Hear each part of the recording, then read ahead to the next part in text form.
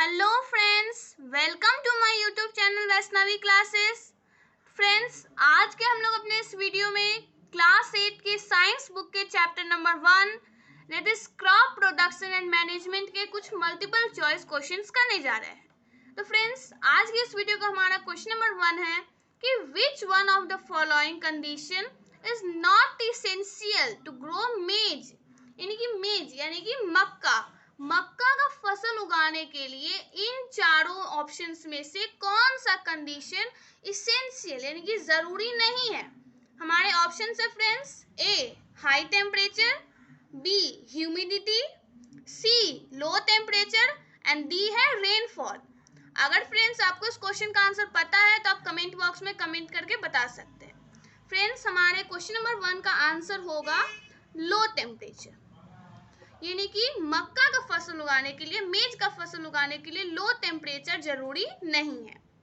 Question number 2 हमारा है friends, propagation of ginger is generally done using, यानी कि जिंजर का प्रोपगेशन यानी कि उसे एक जगह से दूसरी जगह पे प्लांट करना जनरली उसके किस पार्ट को काट करके किया जाता है।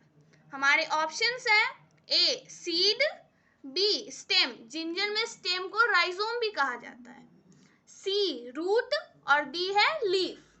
तो फ्रेंड्स, हमारे इस क्वेश्चन नंबर 2 का आंसर होगा ऑप्शन नंबर बी, यानी कि स्टेम, यानी कि जिंजर के प्लांट में फ्रेंड्स स्टेम को काट करके अगर हम लोग किसी दूसरी जगह पे लगाएंगे तो जिंजर का एक दूसरा प्लांट ग्रो कर जाएगा।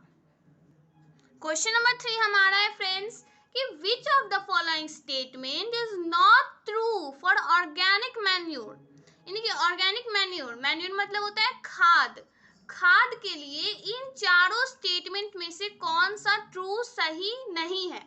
हमारे ऑप्शंस है, A it enhances water holding capacity of soil, यानी कि मैन्योर से सॉइल का वाटर को होल्ड करने का कैपेसिटी बढ़ता है, B it has a balance of all plant nutrients, manure में सारे प्लांट न्यूट्रिएंट्स होते हैं, C it provides humus to soil, manure soil को ह्यूमस प्रोवाइड करता है, और डी है it improves texture of soil, यानी कि मैन्योर सॉइल का टेक्सचर को इम्प्रूव करता है। तो फ्रेंड्स, हमारे इस क्वेश्चन नंबर 3 का आंसर होगा ऑप्शन नंबर बी, यानी कि फ्रेंड्स मैन्योर के अंदर सारे प्लांट के न्यूट्रिएंट्स नहीं होते हैं, और ये जो बाकी हमारे स्टेटमेंट्स है ए सी और डी, ये तीनों स्टेटमेंट्स मैन्योर के लिए राइट है। हमारा क्वेश्चन नंबर 4 है फ्रेंड्स कि the term used for the process of separation of grains from chaff is, यानी कि फ्रेंड्स वो प्रोसेस जिसमें कि ग्रेन्स को उसके चेफ यानी कि उसके जो छिलके होते हैं उसमें से जब हम लोग ग्रेन को सेपरेट करते हैं उस सेपरेशन के प्रोसेस को क्या कहा जाता है। हमारे ऑप्शंस हैं, ए सीविंग, बी थ्रेसिंग, सी विनोइंग और डी है हमारा हैंड पिकिंग। तो फ्रेंड्स, हमारे क्वेश्चन नंबर 4 का सही आंसर होगा ऑप्शन नंबर सी विनोइंग, यानी कि the process of separation of grains from chef is called winnowing. हमारा क्वेश्चन नंबर 5 है friends, read the statements given below, हमें इन चारों स्टेटमेंट को एक एक करके पढ़ना है। तो चलिए पढ़ते हैं। नंबर 1 है कि seeds require moisture for germination, यानी कि सीड को जर्मिनेशन के लिए मॉइस्चर जरूरी होता है।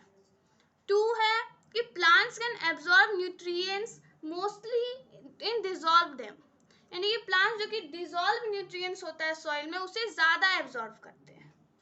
3 irrigation protect crops from both Frost and hot air current, यानी कि इरिगेशन क्रॉप्स को बोथ जो हॉट करेंट चलता है जिसको लू कहते हैं, कोल्ड करेंट चलता है जिसको शीतलहर कहते हैं ठंडी में, तो इन दोनों से क्रॉप्स को प्रोटेक्ट करता है इरिगेशन। और हमारा 4th स्टेटमेंट है कि इरिगेशन इम्प्रूव्स सॉइल टेक्सचर, यानी कि इरिगेशन सॉइल के टेक्सचर को इम्प्रूव करता है। अब इन चारों स्टेटमेंट को तो हमने पढ़ लिया, पर इस क्वेश्चन में क्या करना है, use the combination of statements which indicate the necessary to irrigate crops, यानी कि इन चारों में से कौन सा स्टेटमेंट्स का कॉम्बिनेशन हमें ये बताता है कि क्रॉप्स को इरिगेट करना जरूरी है। तो हमारे ऑप्शंस है 1 और 2, यानी कि 1 और 2 स्टेटमेंट बताता है। नंबर बी है हमारा 1 2 3, नंबर सी है स्टेटमेंट नंबर 1 2 3 4, यानी कि चारों सही है, और हमारा डी है 1 एंड 3। तो फ्रेंड्स हमारे आज के क्वेश्चन नंबर 5 का सही आंसर होगा ऑप्शन नंबर ए, यानी कि स्टेटमेंट नंबर 1 और 2 में हमें ये बताया जाता है कि प्लांट्स को इरिगेट करना क्यों जरूरी है। क्यों जरूरी है फ्रेंड्स कि सीड जो है वो जर्मिनेशन के लिए उसे मॉइस्चर जरूरी होता है, इसीलिए इरिगेशन जरूरी है। और सेकेंड है कि प्लांट जो सॉइल में डिसॉल्व होता है न्यूट्रिएंट्स उसे जल्दी लेते हैं। हमारा क्वेश्चन नंबर 6 है फ्रेंड्स कि which of the following tools would a farmer use to remove weeds from the field, यानी कि इन चारों में से कौन से टूल को फार्मर यूज करेंगे फील्ड में से वीड यानी कि जो घास टाइप का प्लांट होता है उसे निकालने के लिए। हमारे ऑप्शंस हैं ए हो, बी प्लो, सी एक्स और डी है कल्टीवेटर। तो इसका सही आंसर होगा ऑप्शन नंबर ए, यानी कि हो। यानी कि हो फ्रेंड्स ऐसा एक टूल है जिसे फार्मर्स यूज करते हैं फील्ड में से वीड्स को रिमूव करने के लिए, निकालने के लिए। क्वेश्चन नंबर 7 हमारा है फ्रेंड्स कि which of the following is not true for fertiliser, यानी कि इन चारों में से कौन सा स्टेटमेंट फर्टिलाइजर के लिए ट्रू यानी कि सही नहीं है। Number A, they increase the yield, fertiliser yield को इंक्रीज करते हैं। B, their excessive use disturb the balance of nutrients in soil, यानी कि फर्टिलाइजर का हम लोग अगर एक्सेस यूज करेंगे तो सॉइल में न्यूट्रिएंट्स का बैलेंस डिस्टर्ब हो जाएगा। Option number C, there are generally used in small quantities, यानी कि फर्टिलाइजर को जनरली स्मॉल क्वांटिटी में यूज करते हैं। और ऑप्शन नंबर डी है हमारा कि दे आर इन्वायरमेंट फ्रेंडली, यानी कि वो वातावरण से जो हम लोग बोलते हैं पर्यावरण के मित्र है। तो इन चारों में से फ्रेंड्स हमारा सही आंसर होगा ऑप्शन नंबर डी, यानी कि they are not environment friendly, fertiliser environment से फ्रेंडली नहीं होते हैं। और ये जो ऊपर के 3 स्टेटमेंट्स है फ्रेंड्स ये फर्टिलाइजर के लिए सही है, बट ये डी नंबर फॉल्स है। क्वेश्चन नंबर 8 हमारा है कि given below are statements about the harmful effect of weeds on crop plant, यानी कि यहाँ पे फ्रेंड्स हमें 4 स्टेटमेंट दिए हुए हैं जिसमें कि क्रॉप प्लांट में वीड्स का क्या इफेक्ट, हार्मफुल इफेक्ट होता है उसे दिखाया गया है। इन चारों में से हमें क्या करना है, तो 2 सेंटेंसेस या 3 सेंटेंसेस के कॉम्बिनेशन को चुनना है कि कौन सही है। हमारे स्टेटमेंट्स है number 1, they interfere in harvesting, weeds crop plant का जब हार्वेस्टिंग होता है उसमें इंटरफेयर करते हैं। Number 2, they help crop plants to grow healthy, weeds crop plant को हेल्दी ग्रो करने में हेल्प करते हैं। Statement number 3, they compete with crop plants for water, nutrients, space and light, यानी कि वीड्स क्रॉप प्लांट के साथ वाटर, न्यूट्रिएंट्स, स्पेस के लिए और सनलाइट के लिए compete करते हैं, उन दोनों में कंपटीशन होता है। और statement number 4, they affect plant growth, यानी कि वीड्स क्या करते हैं, प्लांट के ग्रोथ को अफेक्ट करते हैं। तो फ्रेंड्स हमारे ऑप्शंस देख लेते हैं। Option number A 1 3 and 4, option number B 3 only, option number C 3 and 4 and option number D है हमारा 1 2 3 4, यानी कि चारों सही है। तो फ्रेंड्स इसमें हमारा सही आंसर होगा ऑप्शन नंबर ए, यानी कि स्टेटमेंट नंबर 1 3 और 4 हमें वीड्स के क्रॉप प्लांट पे जो हार्मफुल इफेक्ट होते हैं उसे दर्शाता है। क्वेश्चन नंबर 9 है हमारा फ्रेंड्स कि the process of loosening and turning of soil is called, यानी कि सॉइल का जो लूजनिंग और टर्निंग का प्रोसेस होता है उसे क्या कहते हैं। हमारे ऑप्शंस है A irrigation and manuring, B tilling and ploughing, C digging and winnowing और डी है हार्वेस्टिंग एंड स्टोरेज। तो फ्रेंड्स इस क्वेश्चन नंबर 9 का सही आंसर होगा option number C, that is tilling and ploughing.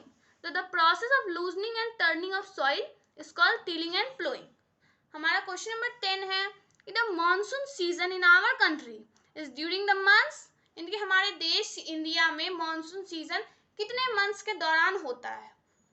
A April to December, B June to September, C November to March और D है जनवरी to मई।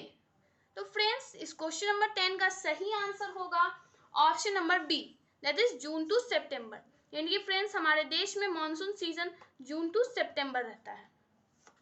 हमारा क्वेश्चन नंबर 11 है कि the system of irrigation where in the water is supplied drop by drop near the root of the plant is called.